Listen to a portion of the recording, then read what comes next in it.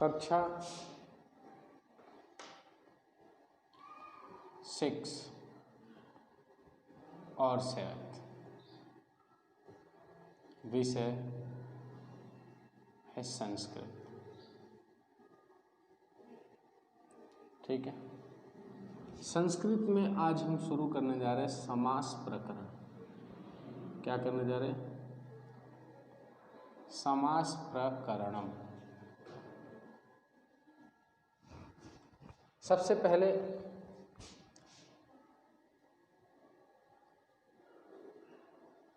समास की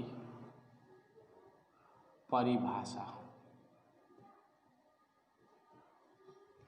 समास की परिभाषा संस्कृत में कहा जा रहा है समसनम ही समास। संस्कृत में कहा जा रहा है समसनम ही समास, यानी संक्षिप्तीकरण ही क्या कहलाता है? समास कहलाता है। उसके बाद आता है समास के भेद। समास के भेद यानी समास के भेद कितने होते हैं? तो समास के भेदों के बारे में हम जानेंगे, उनके नाम लिख करके। नंबर 1 पे आता है अव्ययी भाव समास।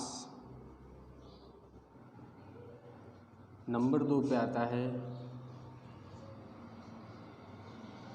कर्मधारय समास। नंबर 3 पे आता है तत्पुरुष समास।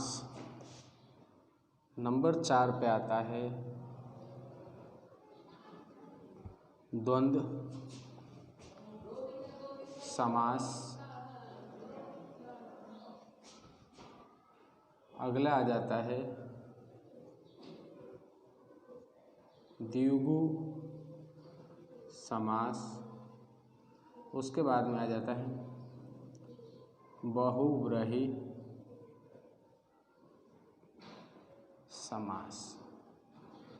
ठीक है, अब इसमें से आप एक बात ध्यान रख लीजिए, ये जो कर्मधारय समास है ये तत्पुरुष का ही क्या होता है? उपभेद होता है। इस बात को ध्यान में रखिए कि जो कर्मधारय समास होता है वो क्या होता है? तत्पुरुष का ही उपभेद होता है। किसका? तत्पुरुष का ही उपभेद होता है। अब जैसे सबसे नंबर 1 पे है अव्ययी भाव समास, यानी हम बात करेंगे अव्ययी भाव समास। तो अव्ययी भाव समास के बारे में जानने के लिए हमें ये जानना जरूरी है कि इसका नाम अव्ययी भाव समास क्यों पड़ा। क्योंकि हम लिख देंगे अव्ययी भाव समास की शुरुआत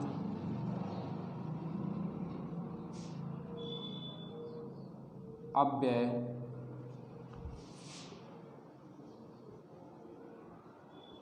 शब्दों से होता है, इसलिए इसे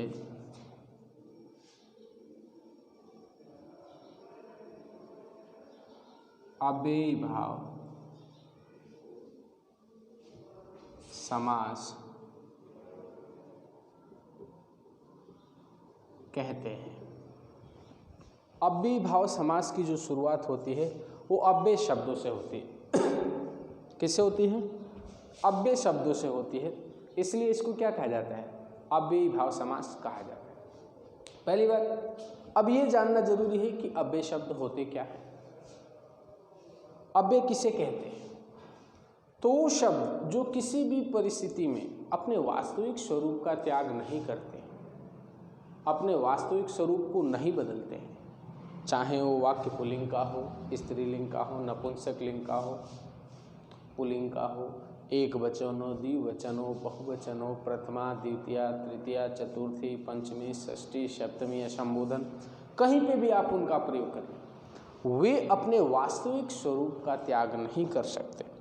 वो सभी शब्द इसमें आते हैं, अव्ययी भाव समास के अंतर्गत आते हैं। वो सभी शब्द अव्ययी भाव समास के अंतर्गत आते हैं, यानी अपने वास्तविक स्वरूप का त्याग न करने वाले शब्द ही क्या कहलाते हैं? अव्यय कहलाते हैं। जैसे यथा, श, च, इति, यदि, अपि, एव आदि कई शब्द हैं जिनके ऊपर किसी का प्रभाव नहीं पड़ता। तो आज के लिए इतना ही, धन्यवाद।